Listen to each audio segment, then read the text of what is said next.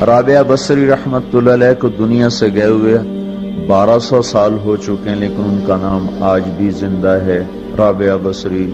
گلگت کی عورتوں کو بھی پتہ ہے رابعہ بصری کوئی بڑی اعلیٰ درجے کی خاتون تھی، پنجاب کی عورت کو بھی پتہ ہے، عرب کی عجم کی عورتوں کو پتہ ہے رابعہ بصری نہ کوئی شہزادی تھی، نہ کوئی ملکہ تھی، نہ کوئی وہ خوبصورت تھی، نہ کوئی خاندانی تھی، بلکہ عورت ہونے کے لحاظ سے ہر عیب اس میں تھا۔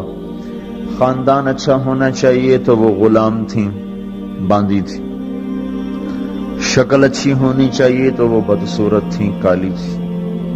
پہ چلو شکل بے کیسی ہو، خاندان کیسا، اولاد کے قابل تو ہو، رابعہ بصری اولاد کے قابل بھی نہیں تھی، بانج اس کو کہتے ہیں، جو عورت اولاد کے قابل نہ ہو اس کو اردو میں بانج کہتے ہیں، عربی میں عقیم کہتے ہیں، آپ کی زبان میں بھی کچھ کہتے ہوں گے، ہیں؟ شونی تھی۔ تو اب بتاؤ عورت ہونے کے لحاظ سے کوئی چیز ہے؟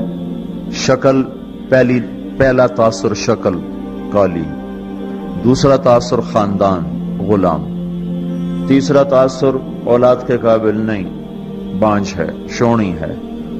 تو 1200 سال کے بعد میں گلگت میں کیوں اس کا نام بلند کر رہا ہوں؟ میں نے کسی بادشاہ کی بیوی کا نام تو نہیں لیا، سکندر کی بیوی اور بنو امیہ اور بنو عباس کی ملکہ اور بیگمات ان کے نام تو نہیں لیے، میں کہہ رہا ہوں رابعہ بصری۔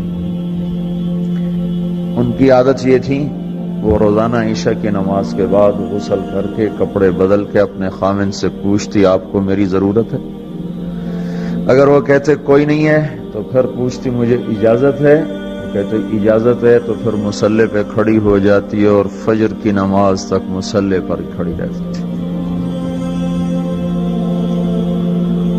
ان کا خامن جلدی فوت ہو گیا، جوانی میں ہی بیوہ ہو گئی، تو حسن بصری بصرہ کے امام، کیا سارے مسلمانوں کے امام تھے، وہ خود آئے، خود چل کے آئے کہ میں آپ سے شادی کرنا چاہتا ہوں۔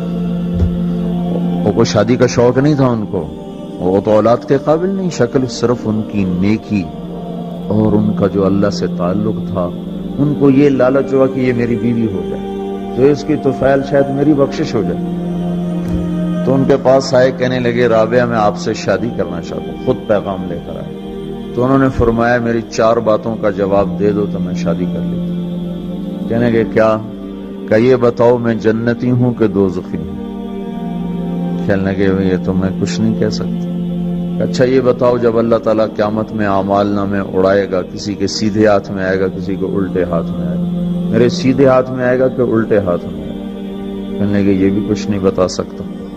کہنے لگے اچھا یہ بتاؤ جب اللہ نیکیوں کو تولے گا، کسی کی نیکیاں بڑھ جائیں گی، کسی کے گناہ بڑھ جائیں گے، میرے گناہ زیادہ ہوں گے نیکیاں زیادہ ہوں گی؟ کہ یہ بھی نہیں بتا سکتا۔ کہ اچھا یہ بتاؤ جب لوگ پل صراط سے گزریں گے، کوئی پار نکل جائیں گے، کوئی نیچے گر جائیں گے، تو میں پار نکلوں گی کہ دوزخ میں گروں گی؟ کہنے لگے یہ بھی میں نہیں بتا سکتا۔ تو پھر فرمایا اچھا جاؤ مجھے تیاری کرنے دو، مجھے ان 4 باتوں کی تیاری کرنی ہے، میرے پاس شادی کے لیے وقت کوئی نہیں ہے۔ ایک دن اٹھی، سالن پکانے کے لیے سالن ہانڈی، دیکھا تو پیاز کوئی نہیں، اب پیاز کاٹ کے ہانڈی میں ڈالا جاتا ہے۔ اب پریشان بیٹھی ہیں، نہ کوئی بیٹا، نہ بیٹی، نہ خامد، نہ بھائی، نہ کوئی خادمہ۔ تب سوچ میں پڑی پیاز کہاں سے لوں؟ اوپر سے ایک چیل اڑتی ہوئی جا رہی تھی، اس کے پنجوں میں پیاز تھا۔ جب وہ اوپر آئی ہے تو اس کے پنجے چھوٹے اور پیاز سیدھا رابعہ بصری کی گود میں آ کے گرا۔ جو ہم سے دوستی لگاتے ہیں ہم پرندوں کو ان کا خدمت گزار بنا دیتے ہیں، ہاں جو اللہ سے دوستی لگا لیتے ہیں اللہ دنیا ان کے لیے مسخر کر دیتا، اللہ دنیا ان کے پاؤں میں ڈال دیتا۔ تو جب ان کا انتقال ہوا، رات کو ان کا انتقال ہوا، تو اپنی خادمہ سے کہا بس 2-4 آدمی بلا کے مجھے جلدی سے دفن کر دو، کسی کو نہ بتاؤ، صبح لوگوں کو بتا دینا، اور مجھے کفن دینا میری وہ اس چادر میں جس میں میں تہجد پڑھا کرتی تھی۔ تو انہوں نے راتوں رات دفن کر کے صبح اعلان کیا، شور مچ گیا، ہائے کیوں بتایا، کیوں نہیں بتایا، کیوں؟ تو اگلی رات ان کی خادمہ نے ان کو خواب میں دیکھا، سبز لباس پہنا ہوا، حسن و جمال، سورج چہرے پہ چمک رہا۔ پوچھا آپ کے ساتھ کیا ہوا؟ کہا میرے اللہ نے میرے ساتھ بہت عمدہ معاملہ کیا۔ کہا آپ کی وہ چادر کہاں گئی جس میں آپ کو کفن دیا تھا؟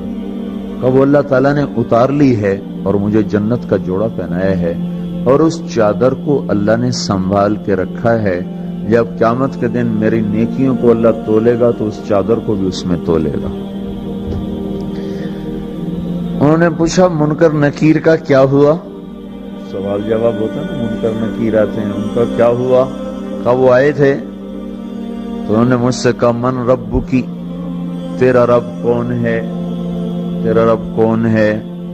تو میں نے منکر نکیر سے کہا جس اللہ کو 40 سال نہیں بھلایا اس کو 4 ہاتھ زمین کے نیچے آ کر میں بھول جاؤں گی۔